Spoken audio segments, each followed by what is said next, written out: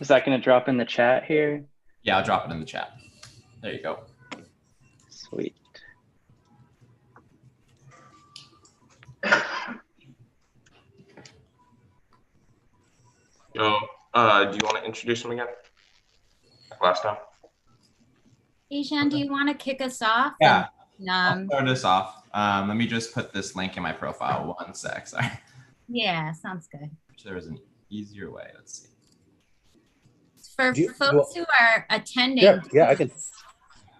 I'm gonna throw it in the chat for everybody. So if you're not on the panel but you're here, hi and welcome.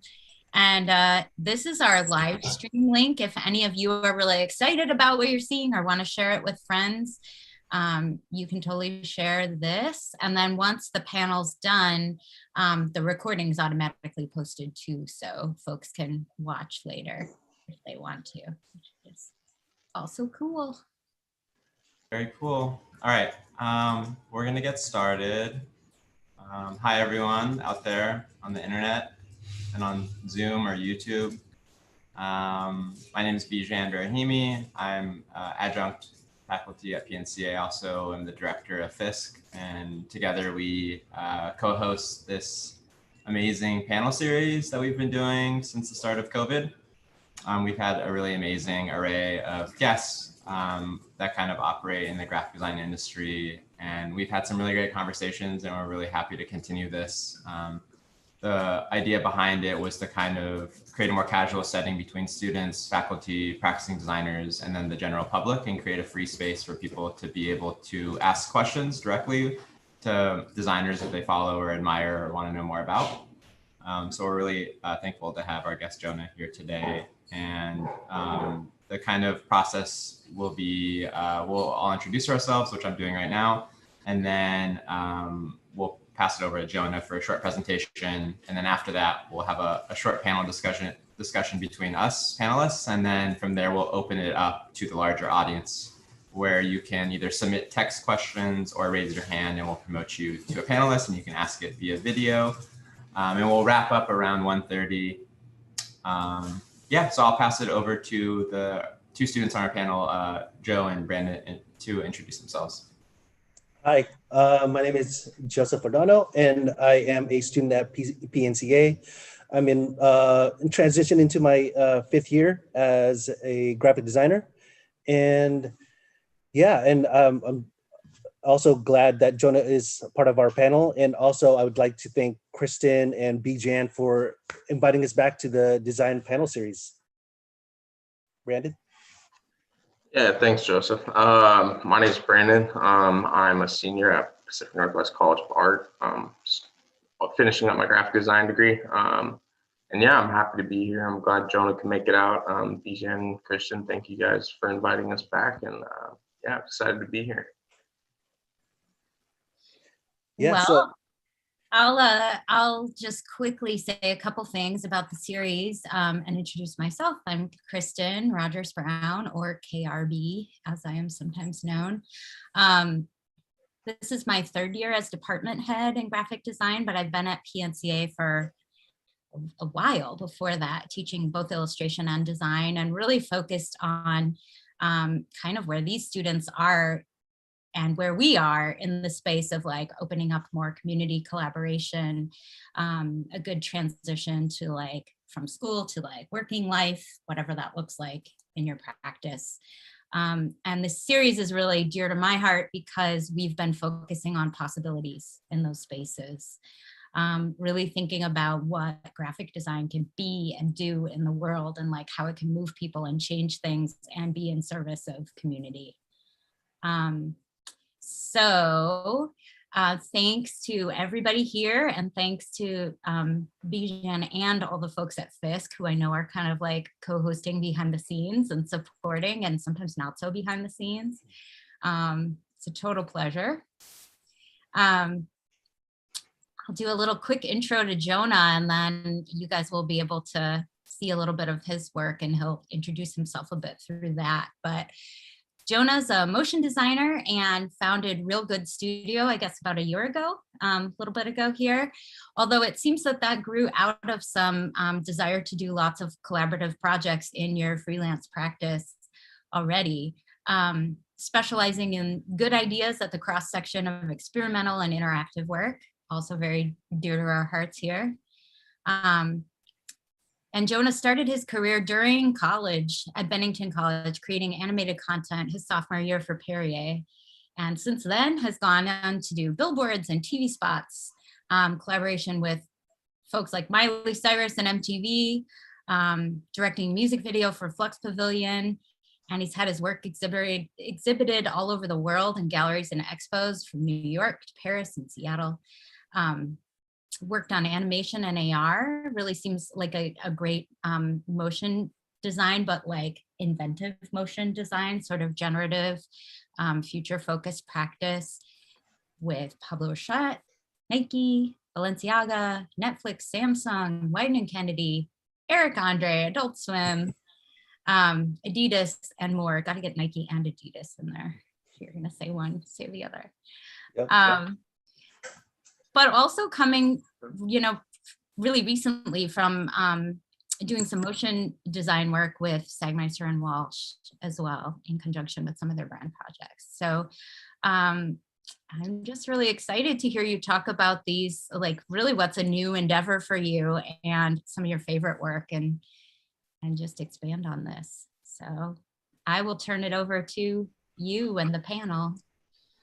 Cool. So should I just share my screen and jump in? Yeah, let's go for it. Cool.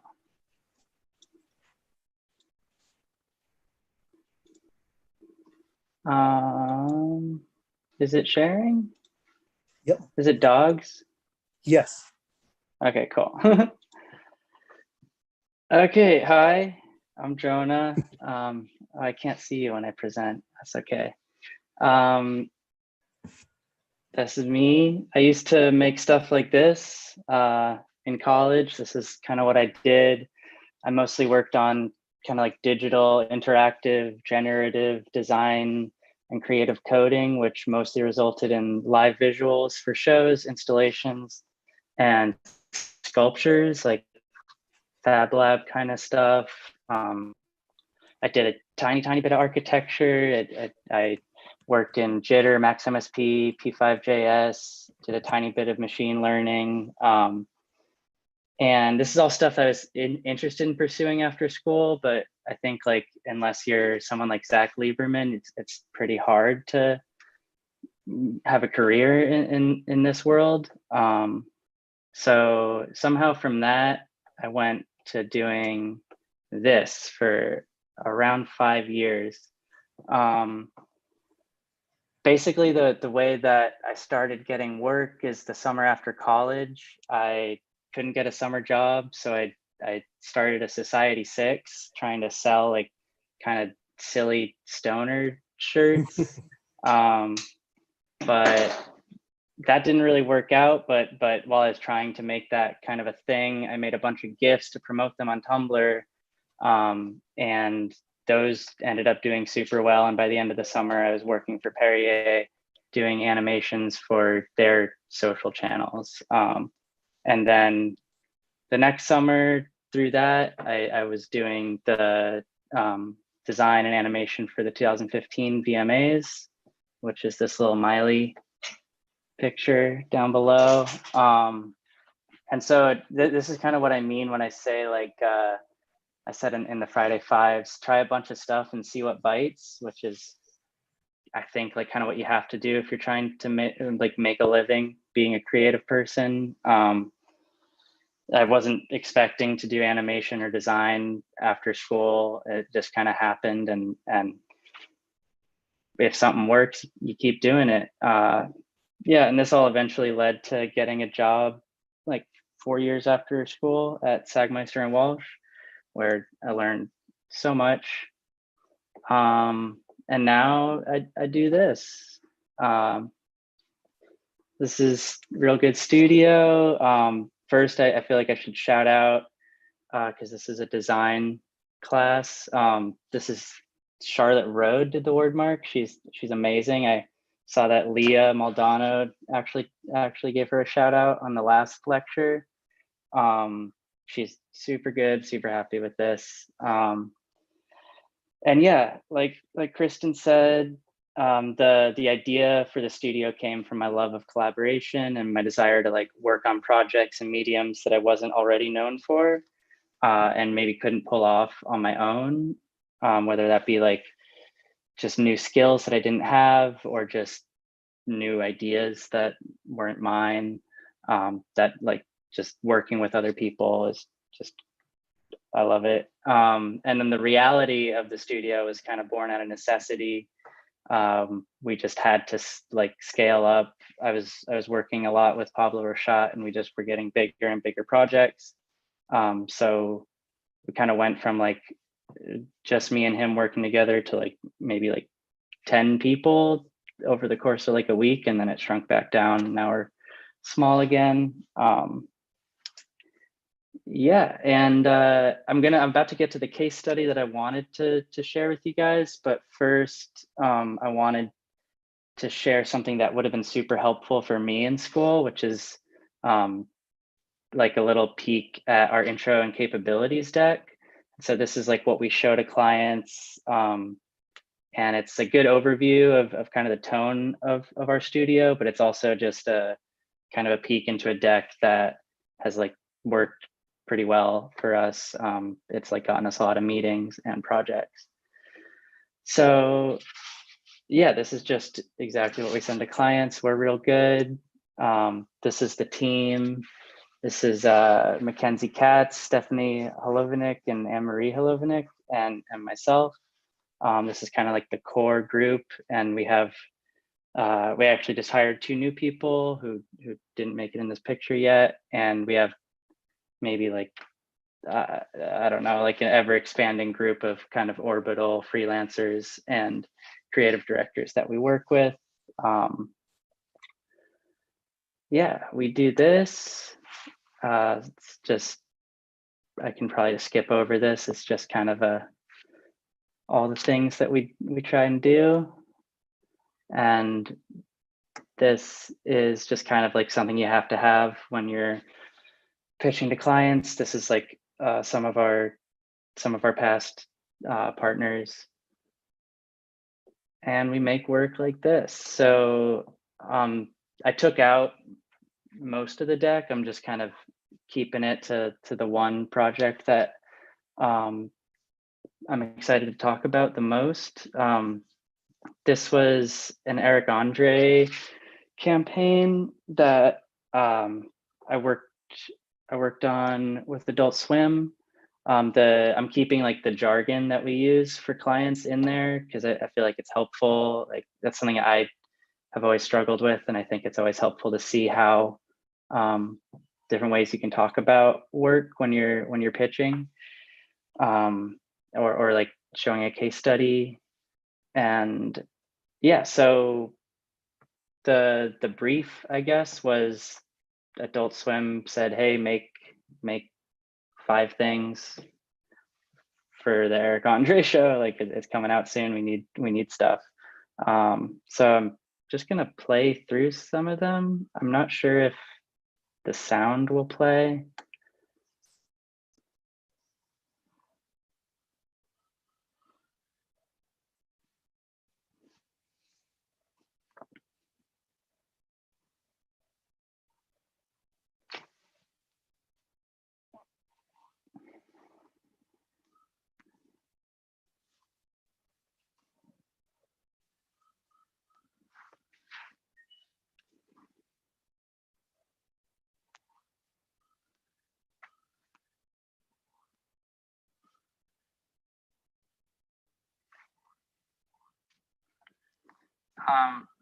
Is the sound playing?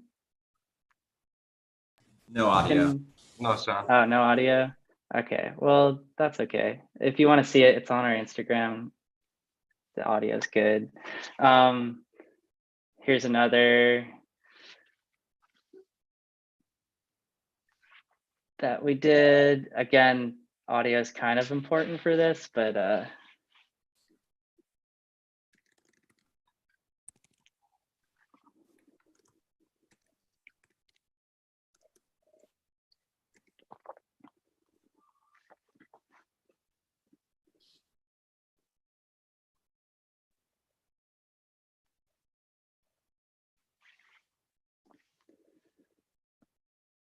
That's another.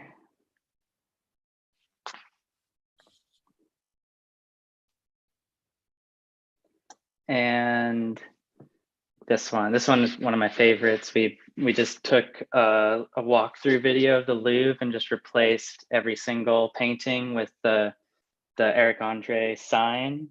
I really like doing this one. And yeah, so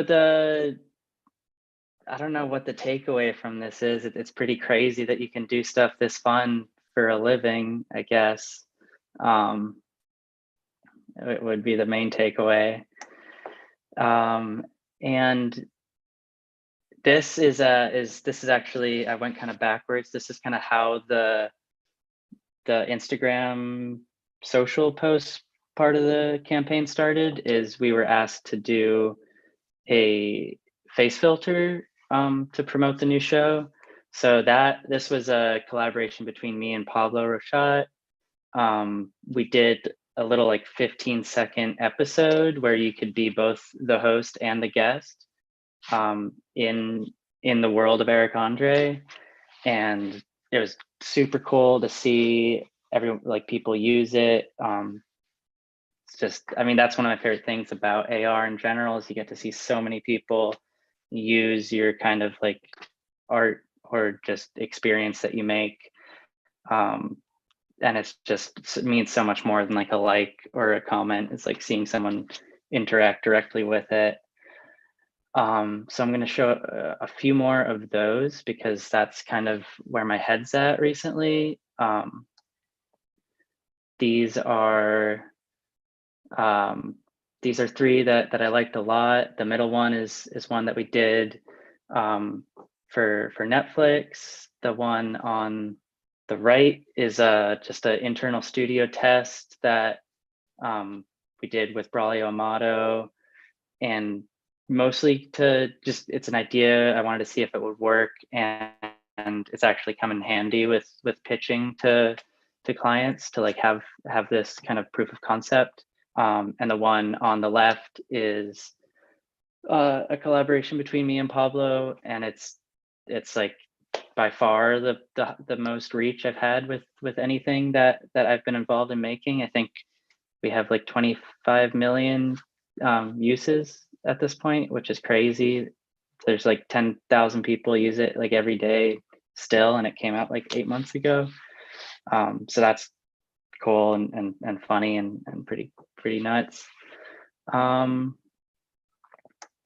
Yeah, and that's it, unless we have time for another case study.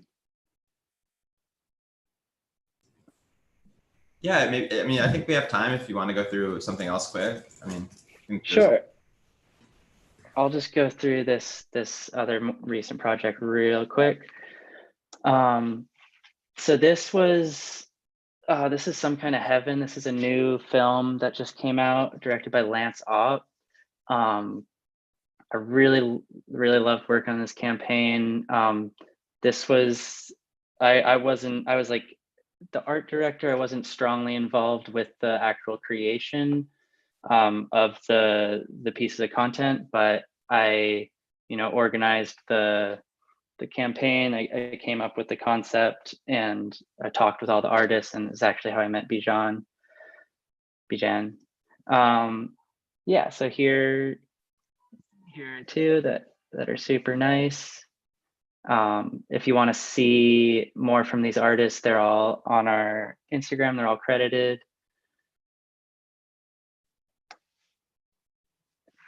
Here's another.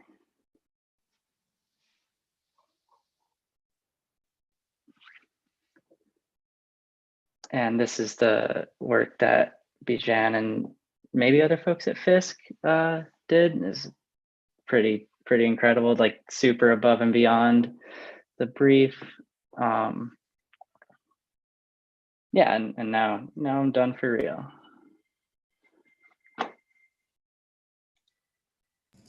Thank you, Jonah. Yeah, thank you. Maybe Brandon or Joe, if you want to kick off our panel with a question. Yeah, Brandon, do you have a question? Or Yeah. going from being a independent artist to starting your own studio, especially during a time of pandemic and having your main focus be on collaboration, what was that like? It was, what was it like? Like what was collaborating like? What was the whole process like of Um, coming from independent artist to now having your own studio? right. Yeah, so it kind of happened pretty naturally. I I mean everyone wants, I think, at some point, if you're in the creative field, to like have a vehicle for yourself that can allow you to make bigger things. So that was always something I wanted. I kind of used the extra time that the lockdown gave us, where like, you know, you can't see friends, you can't go to bars, you can't do anything. And I kind of just used that time to just figure out like, how can I make this happen? And kind of laid the groundwork. And then it was really, I think, my collaboration with Pablo Rochat that kind of made this all possible. We started making, I think we started talking like 4 years ago, and we're just like DM'd every once in a while. And then I hit him up when I was in LA to see if he like wanted to get coffee, and he's like, no, but let's do a phone call. And then we started making filters together, and those did well. And then we just realized that we worked really well together. And for around 6 months, we were like making stuff every day. And I guess that kind of like laid the groundwork for how to collaborate remotely for me. And yeah, from that, like I said, we just built up. We just got bigger budgets and bigger projects, and he needed my help, and I just hired a team around those projects, and that team kind of just stayed on past like my time working with Pablo, and now we just do lots of other stuff. Is that answer the question? So it seems that like those collaborations and those connections that you had were a huge part in how you were able to kickstart your own studio, and working with other people in order to create projects that allowed you to build that framework and foundation. How do you go of managing those connections? You know, like there's a lot of people wanting to collaborate, and obviously you need to have that personal relationship with your connection. Right. How do you go of maintaining all those alongside with the studio to move forward? Well, I have a Slack that the only place I worked in house was Sagmeister and Walsh, so I don't know if it's the same everywhere, but I kind of modeled our Slack from off of that. And that's like super helpful. The big difference that I have, and I'd like to maintain, I hope that it's scalable, is every freelancer who works with us, we like keep them on the Slack. So I think we have like 30 or 40 people in the studio Slack, even though there's only like 6 who are currently working on anything. And that's, I don't know, it's kind of nice because it feels like there's like starting to be a community around the studio, and I can just always like Slack people on there instead of like reaching out via email, which is like kind of impersonal or just like professional. Yeah, we just talk a lot. When I was working actively on projects with Pablo, we would just call each other throughout the day. We wouldn't like check in to set up a time to call. I think doing things like that's super helpful, if a little invasive, just because it makes it feel like you're in a room together. Like you're not going to set up a time to go over to someone's desk and ask them for feedback. So that was super helpful, just kind of knowing that we could just like call each other when we're working on stuff whenever. Yeah, I guess they're just try and make things as similar to being in the same room as possible when you can. Yeah, that kind of like the segue into what made you want to collaborate with Johannes, Leonardo, and Segmer and Walsh? Like, what made you want to work with them? Like, was it their core value, or was it like their brand that kind of made you want to work with them? Well, Johannes Leonardo was just like a week when I was kind of bouncing around, doing like in-house gigs in New York. Segmer and Walsh, I was there for longer. That, I mean, they were like the top of my list. I think I actually applied when I when I first graduated, but I didn't get an interview. But then, yeah, I just always wanted to work there. They have incredible body of work.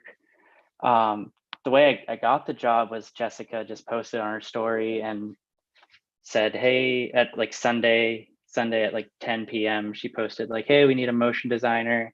And I just sent her a DM and an email and said like, I want to do it. I could be there tomorrow at 9. And then I called in sick from my other job and I started working there. Yeah. That's That's amazing. I love that story.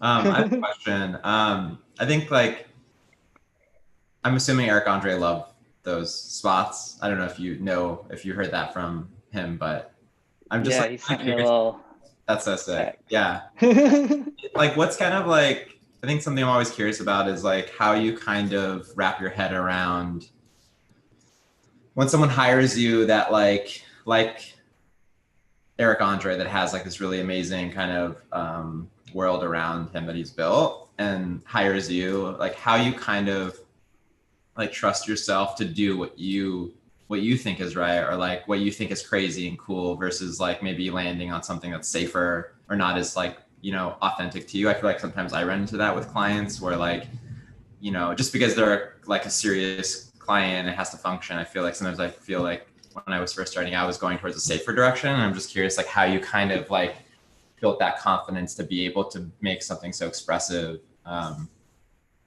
Yeah. Yeah. Well, yeah, I mean, to speak to the first part, I still, every project we get feels like super high stakes, and I definitely haven't gotten used to it, even though I've worked with most of the brands that were on my bucket list when I was like in college. I don't know when you get used to that. I definitely haven't.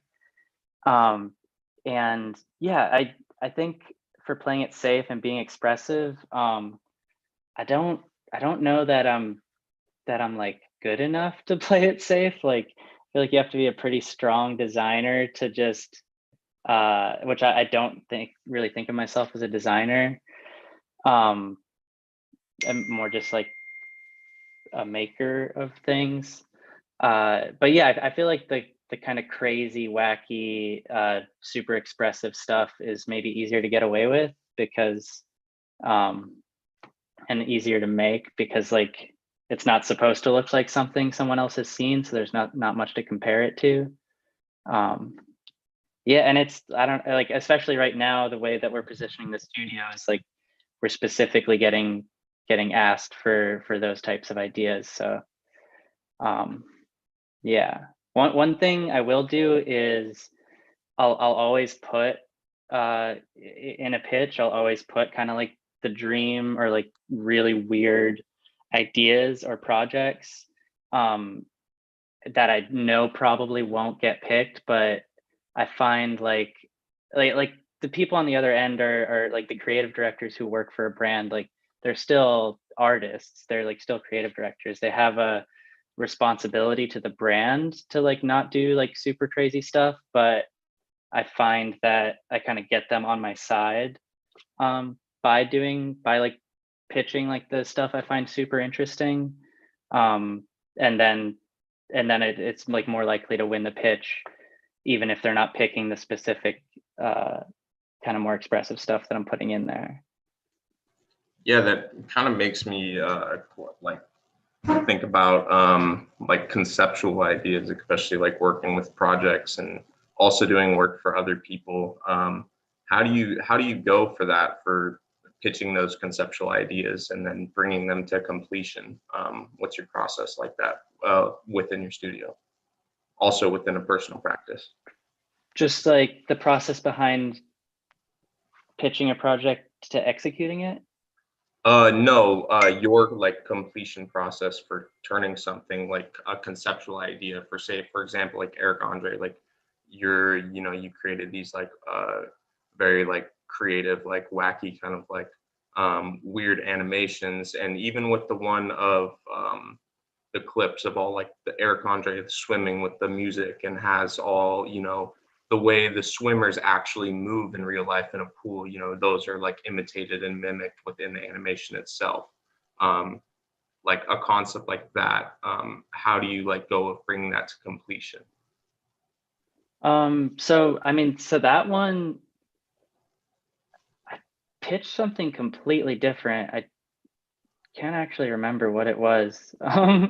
But yeah, that one, I just like kind of was playing with the assets that they gave me in After Effects and just sent a couple screenshots to the project manager, Alice, who I'm working with. And I was like, can I just do this instead? And she was like, yeah. And then I just kind of played for another few hours and got some music license from them. And yeah, that's it. I don't know if that answers the question. For execution in general, we usually try and work with like a different artist for each project as like the kind of tech specs person, like like we'll get a 3D guy who's really good at 3D, and then just iterate until it's done. Yeah, how do you how do you go of bringing those like conceptual ideas to life? Like how do you what's your process of like conceptualizing like the actual project itself? So this is some really good advice I got from Pablo, which is he sits down every day and just thinks of 10 ideas every day, which is like a lot harder than it sounds. And so I started doing that, and yeah, I just try to, a lot of them are really stupid, but that's like a lot of like stupid ideas are really funny. So that often works. Yeah, so like for if say like Adult Swim asks us to do like 5 pieces of content, we'll just like kind of go into Google Slides and throw in a bunch of sentences and a bunch of references and just make like 90 pages of like different ideas and then delete like 2/3 of them and then mock up the rest and clean it up and pitch it. That seems like really like using Google Slides for good and not for evil. I think I'm always interested in how people put together a pitch deck and seeing how your process for even like talking about the seeds of work, like how that changes when you're collaborating versus when you're kind of working in a bubble. I'm curious, this is not so much of a question, but I'd love to hear you talk a little bit more about how you actually collaborate in those pitches and presentations. Are you guys co-creating? Are you, do you have clear handoffs? Is it a mix? Is it messy? It's pretty messy. Yeah, I love Google Slides. I actually talked about that in an interview. It's incredible. I think it's the best way to collaborate remotely, and even when you're next to a person, because everyone can be in the same place in the same slide, like editing each other's text or like throwing in images. Yeah, so we'll like when it's crunch time, we just had a really big pitch, and we had like 5 people in the Google Slides all at once for like 12 hours, just adding mock-ups in and like tagging each other for feedback and just throwing in like slides and slides and slides of references, like most of which don't get used. Yeah, and just like a mix of that and just like a kind of a group Slack channel is a really great way to kind of slowly pull it all together. And then I'll usually just kind of go in at the end for like an hour and just go through everything and like format it, rewrite some stuff, make some last minute changes. Another big thing for us is we have like all work files are always on Dropbox. So like everyone works off the Dropbox. So for someone like me, like I'm doing creative direction now, but I was a Photoshop and an After Effects guy for a really long time. So if I have like tiny tweaks, I'll just like go into someone's work files and change it myself, which is super helpful. Do you find that that you have to like get people excited or comfortable to work that way? I've worked with some designers that we share stuff really fluidly, and it's always like so refreshing when that happens. But it's hard to give up control like that too. Like I think it's ultimately a really good thing personally, but I'm just curious if you have to do some convincing or if that's kind of part of the people you gravitate towards. Yeah, it's been fine. I definitely get people being touchy about their work, but again, like we're not as much like a design studio as like we just make things. They're usually kind of funny. We often are kind of like more like lo-fi, so like it's not like I'm going in and like adjusting like the kerning or something on someone's type. I'm like going in and I don't know, just like swapping out like a hand for a funnier hand, or something like that. Yeah, and it's usually like it usually starts from like me asking someone to do like kind of a specific thing that I've storyboarded. So like I think people are less precious when they're in that role of kind of like bringing like a storyboard or something to life. Yeah. Good. Yeah, I think having a full service creative studio, so have a real good studio that where do you envision taking it? As like a creative studio, you kind of have those open-ended practices that you can not only like incorporate as you expand, but also it allows you to get more collaborations with other artists and individuals, as well as companies and brands, etc. Where do you envision taking this? Yeah, Big question. It's a big question. Yeah. Yeah, I mean, I'm super kind of hooked right now on just reaching for new things. So like we currently have like 4 studio projects, but I'm also working on like treatment for like a music video, and I'm talking with someone about doing VFX for a feature. I'm just like super like if there's a opportunity to do something I haven't done before, that's like what's super exciting to me. And then just kind of have stuff I have done before be kind of like have that become, I guess, more regular. I guess where I'm trying to take this to answer that question is just to have it work smoothly and efficiently, and like not be like overwhelmed as often. Let it evolve in its own right. For sure, yeah. Yeah, so your creative studio, you said your bucket list there that you've already like checked off like these big names or big brands. I'm curious, what's your approach to each project? It's kind of like a two-parter. What's your approach to each project, and are they the same or different from the brief? Like working with Eric Andre, were you well known? Were you well versed into his wacky world there? Yeah, I was a pretty big fan. That's I actually kind of like pushed to make that happen because I was a fan. We got asked to do the filter, and then I think took 3 times where while we were doing feedback on the filter, I was like, I could also do some other content I like him. So yeah, that's how that occurred. What was the first part of the question? Is this? Yeah, what was it, like your approach to each project? You know, just like Eric Andre. I mean, did you like? Did you do like more heavily research stuff about what his show was all Right. about? Um, What like yeah, so all wacky stuff, off the wall kind of things?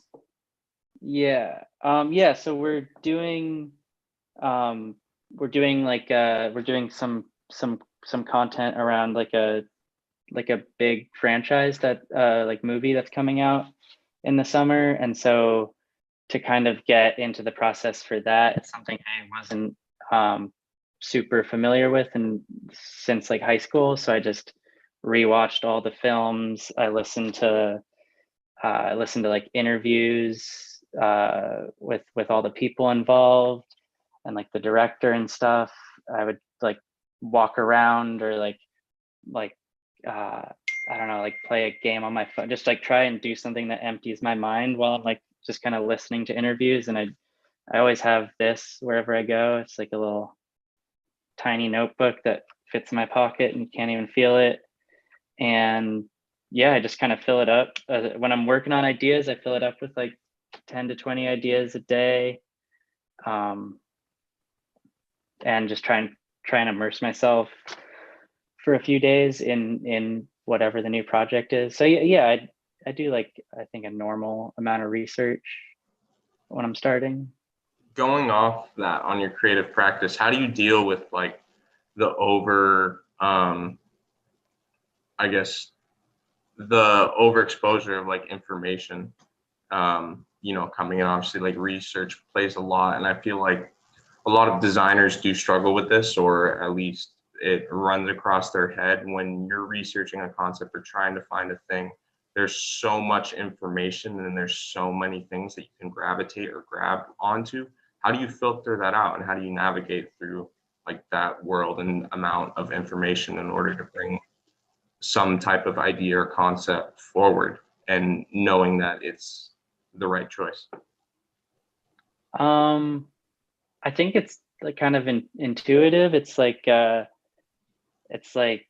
feel like that's kind of how you get your voice as an artist, is you kind of consume as much information as you can. You talk to as many different people about their process as you can. You look at as many different artists as you can, and then just kind of whatever sticks, like whatever you remember is kind of like your voice. I think like whatever you like from all the different advice I've gotten over the years, like a lot of it was probably really good, but it just like slid right off me.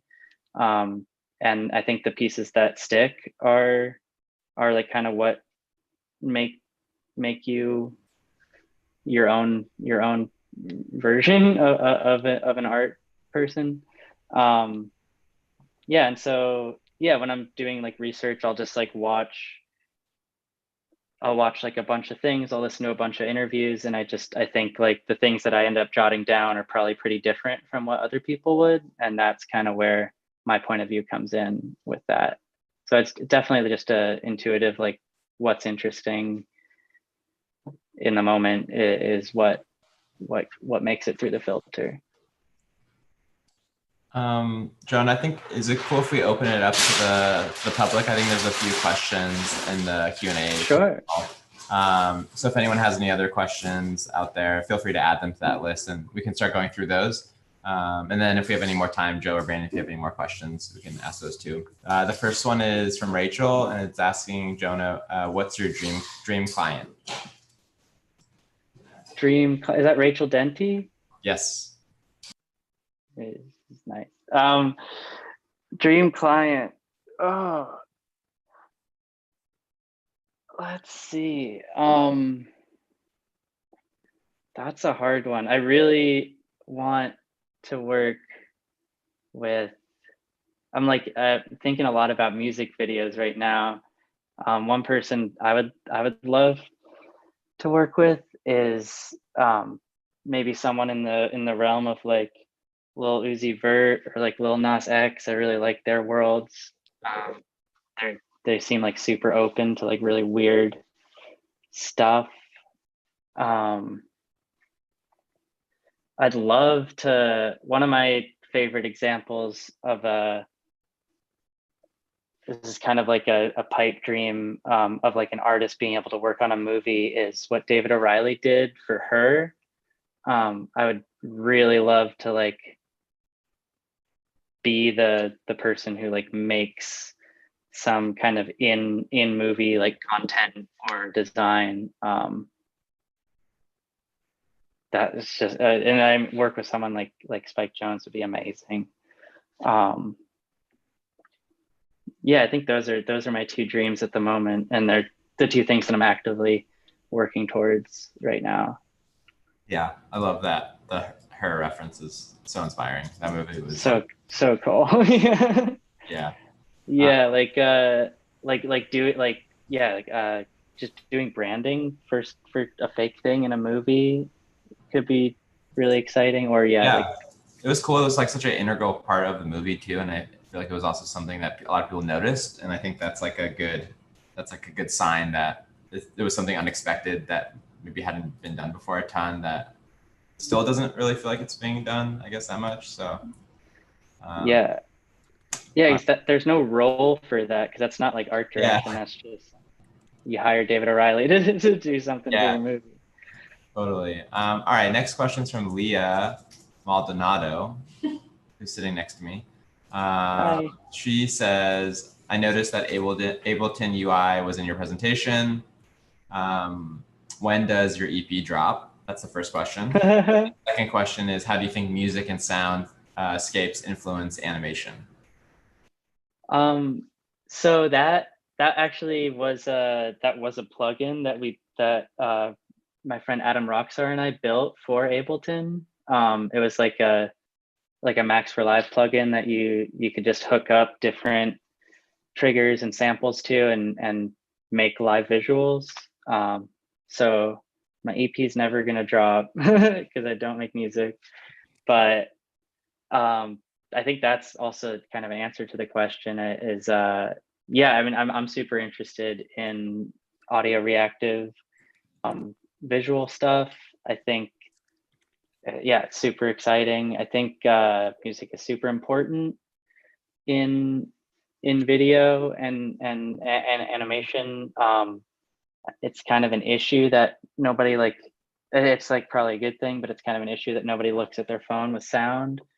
So we like usually say we'll get like $5,000 to do a post on Instagram. Like we'll get maybe 100 for sound budgeted for that. So it's, at least in branding, it's super, people just don't care that much about it unless you're working on like kind of a big, like something that'll play on like Hulu or TV kind of thing. Yeah, that kind of plays into my next question. Like you correct me if I'm wrong. You did a collaboration with Flux Pavilion. Is that correct? Yeah. Yeah. How did you get like all those interactive motion 2D like I guess creative minds together to kind of create this big giant music video? Yeah, that was the first thing I ever directed. Basically we reached out, I think, to 8 people total. They just kind of picked them for having super different animation styles. And the brief was like a character enters in some way and exits in some way. That was like, so it was a super general brief, was kind of like an Exquisite Corpse kind of concept. And people had a lot of freedom. And then I think everyone just sent me a draft with just that being the brief. And then from there, we did maybe like a month of back and forth on everyone's stuff to, just tweak the concepts, like make the color more cohesive, make the movement and the cuts work. So Yeah. was it like pre-COVID times where everybody could collaborate together and kind of see where, like step by step, kind of where things That were was progressing? I think 2016. That was like Okay. right after I got out of college. So pre-COVID times, but everyone was all over the world. So yeah, I was just on a laptop in a room yeah, or like on my phone sending feedback. Yeah, we weren't in the same place. Okay. Yeah, because I mean, watching the video is very visceral, like you said in your mission statement in your um, in Good Time Studios. I mean, you create all these stuff that kind of express all these type of emotions. Like, is that what you wanted to get out of that, making that music video? I guess I don't think I had that many deep thoughts about it. I was like 21 and pretty excited that it was happening at all. So I was just mostly nervous about making the budget work and people listening to me, and just directing anything for the first time was definitely as far as I thought about that. I think it's just, I have to do this now. How do I do it? Totally. We have about 10 minutes left, and it looks like we have a raised hand in the attendees. So I'm going to promote them as a panelist so they can ask. Cool. Let's see if this Maybe works. we have one more question as well.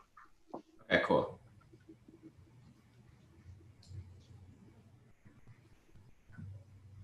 Hello, did that work? I really want to try to pronounce your name, but I don't want to. Okay. Am I hearable right now?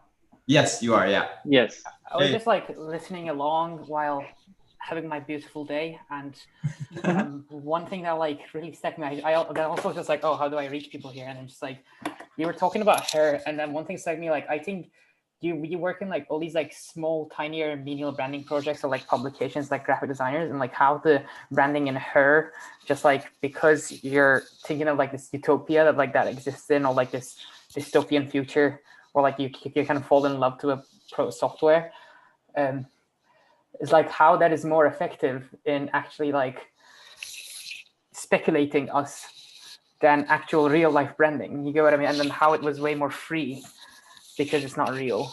I was thinking about like how does it feel to work in things that are not real, but actually more real. You get what I mean? It just got me into a thought bubble. Yeah. I think like I said, I think it would be really fun to work on kind of imaginary branding. It's like I definitely like kind of imaginary constraints. I think that's why I did it. Sort of did architecture in school. I think my architecture teacher would say I was like the worst architecture student he ever had, but like a good student in general, because I never did any buildings or anything, but I loved the idea of like kind of imposing constraints. And I think that's what can be interesting about doing something like branding for a film, where it's like you still have to have constraints to do branding, but they're all made up, which is kind of interesting. I think that's really interesting to talk about in this like art school setting too, because like I get to work with thesis students. I'm really super lucky to get to do that. But you talked a little bit before we came on for the public panel about having a really loose educational experience yourself and having to kind of self-direct that. Yeah. It's really interesting for me, and I'm sure for some of these students, to hear like how that translates into creating speculative briefs for a project, or like made up constraints and totally imaginative stuff. So it's kind of a trippy question, but it's also it's like kind of a trippy solution too, which I really like. Totally. Okay. One more question. Brandon, did you have a question, or were you suggesting the one that's in the Q&A panel right now? Yeah, the one in the Q&A panel. You wanna read it out? Yeah. Do you and your partner still do a lot of small tweaks? I felt for more safe and professional projects, we tend to be very precise about alignment and small details. I'm wondering if that is the same with you or very different. This was by Yang Yi Fan Dong. Yeah, even on like the kind of lo-fi silly stuff we do, it's still, we get super specific about it. If that's what she was asking. Yeah, definitely, like even work that seems like it was kind of thrown together definitely goes through like 4 or 5 final 1, final 2, final 3 for sure. Yeah, definitely just as specific and obsessive about silly things.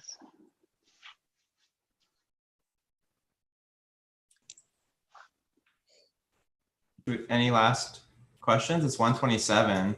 We have 3 minutes left. Do you have any have a question? you have any final thoughts or anything you want to tell everybody who's watching, any creatives? I'm not sure. I guess like in terms of advice for folks in college who are like trying to get work, I'm sure this is like what everyone says, but I wasn't told it in school. Is it's just like what's worked for me is I love working with people, and I've like reached out to a lot of people who are like kind of dream collaborators, and just to like honestly work with them. And I think that's where a lot of the most interesting work opportunities have come, is like, you just start making something, there's no money involved. It's just like you like a person's work and you start working with them. And you know, like when I started getting big projects, I just immediately went to the people that I had already worked with, that I knew I could work with quickly. So if you collaborate a lot with different people, it's like really fun, and it's a really good thing to do. And it's also like, I think that's kind of what will lead to work opportunities. Totally. Good advice.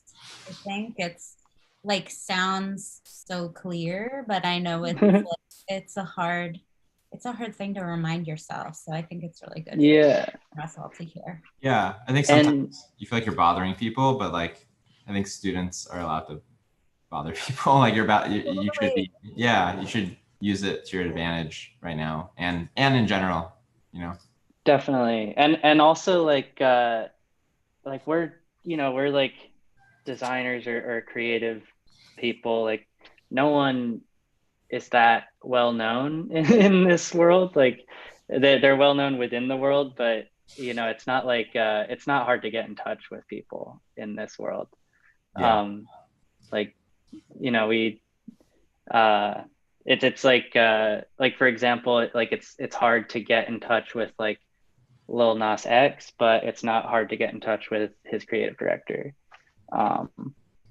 So yeah, people are super excited to like talk to people. It happens a lot less than you'd think. Yeah. We got some last minute questions in the panel that are kind of fun. Maybe we can just answer like 1 or 2 of them max, so that other people can go to class, or you know, and we also don't want to take up too much of your time, Jonah. There's one question from Mackenzie that says, do you think your college education has helped you cement your creative and professional practice?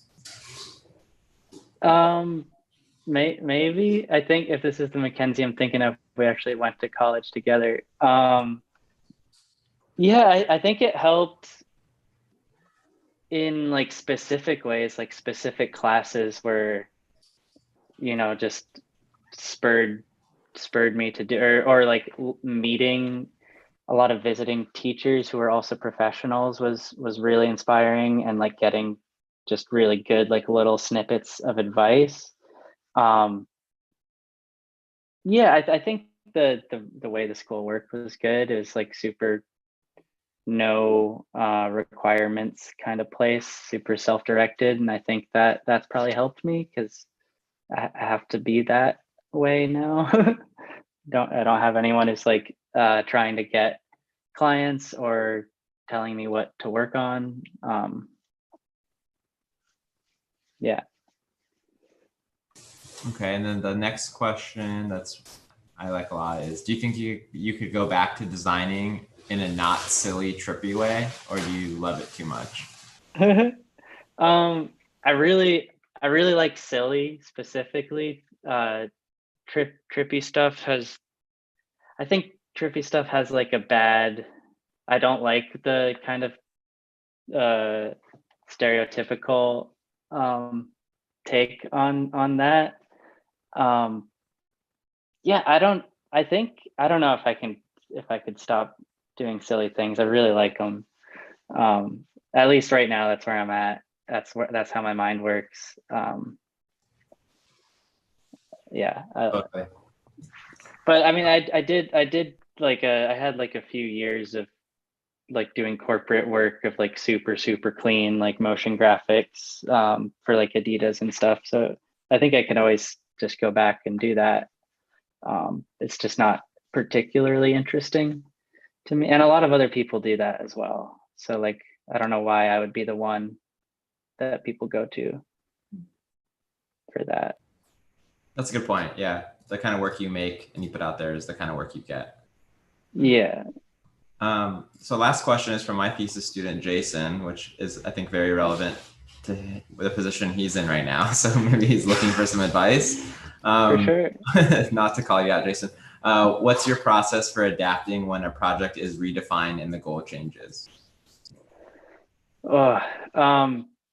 Ask for like a 50% budget increase. What if you were a thesis student and you don't have a budget? So the question is like, just what do you do when everything changes when you're partway through a project? And you have to use the work you've already put in, but you just have to redefine it. Is that the question? Or like, how do you kind of shift? Now I'm speaking for Jason, but like, how do you shift kind of if you still have like a month left and you've already made a certain amount of work leading up to a different goal, but then now your goal has changed? Like, how would you adapt with the amount of time you have left, knowing that you have like a thesis review? Yeah, I mean, that's a hard one. I would try to incorporate as much of the work as I can into what gets shifted but I feel like that's a super specific to Jason question. I don't know how to answer. For me in a client project, I would ask for a lot more money and have to hire new people and kind of start over on lots of it, which has happened. If the scope changes, everything changes. Well, it's interesting. I mean, talking about that in your studio context versus the thesis context, I think what I'm hearing from you is like something's got to give, right? So like either you need more resources, more money, more time, more headspace, like something has to shift. And if your goal is changing, either the goal's changing or one of those things has changed, right? Like right. around it, and you can't just have everything else be the same if something shifts, I guess. That's what I'm hearing. Yeah, for sure. Yeah. I mean, I think it's just case by case. Like you find a creative solution with the constraints that you have, which is small amount of time, already did a bunch of work, new goal. And I mean, that's like the whole thing kind of. That's like, we're problem solvers. Like that's what our job is. So I think it's kind of case by case. Yeah. The ability to adapt is a part of our job. Yeah. Persevere. Get it done. For sure. All right. That seems like a nice closing. Cool. Cool. Thank you so much to everyone. Thank you, Jonah. Thanks for all of our attendees who Skyped it or Zoomed or YouTubed or whatever people are using. Yeah. Yeah. Last notes from Joe, Brandon, and Kristen. Jonah? Yeah, I just want to say thank you to everybody. Thank you, Jonah, for making it out. This was a great panel, and I know that everyone here would love to have you back. Cool. Yeah. Thanks a thank you. bunch. Super fun. Yeah. Thank you, Jonah. Yeah. I mean, you're like really, your work has inspired like dozens of people out there, like even us students, and then probably like people just in general, like who's trying to pursue this creative field, you know, and you're killing it out there. That's super cool to hear. I'm definitely like just in my little apartment bubble right now. So One last Yeah. thought that was interesting, especially I think it translates to all designers in the field right now, especially you guys who are like, you know, kind of these, in a way, mentors and, you know, inspiration to a lot of younger designers. But you guys are the pioneers. Like when the new generation comes, you guys are the pioneers. And it's really cool to be able to have all these resources and technology in order to talk to everybody and, you know, really, you know, redefine design and creative practice in any way that we can. And so once again, I just like to thank you for, you know, spending some of your time with us. Joe and Brandon, I think you two should be motivational speakers. Like I'm getting jazzed up right now. I'm just feeling. No, I mean, I'd like to see everybody's evolution, you know, like, especially, you know, like Jonah, you are a part of our panels, but I'd like to see where you're going to take your career next, you know, like, especially like you're getting into like making a movie or something. That would be great just to see that evolution, your creative process. I feel like Joe and Brandon, you're our professors now somehow. 100%. We learned everything from you guys. That's true. Reversal. Wow. What? Okay, we've got to like bottle this up for later for all of us.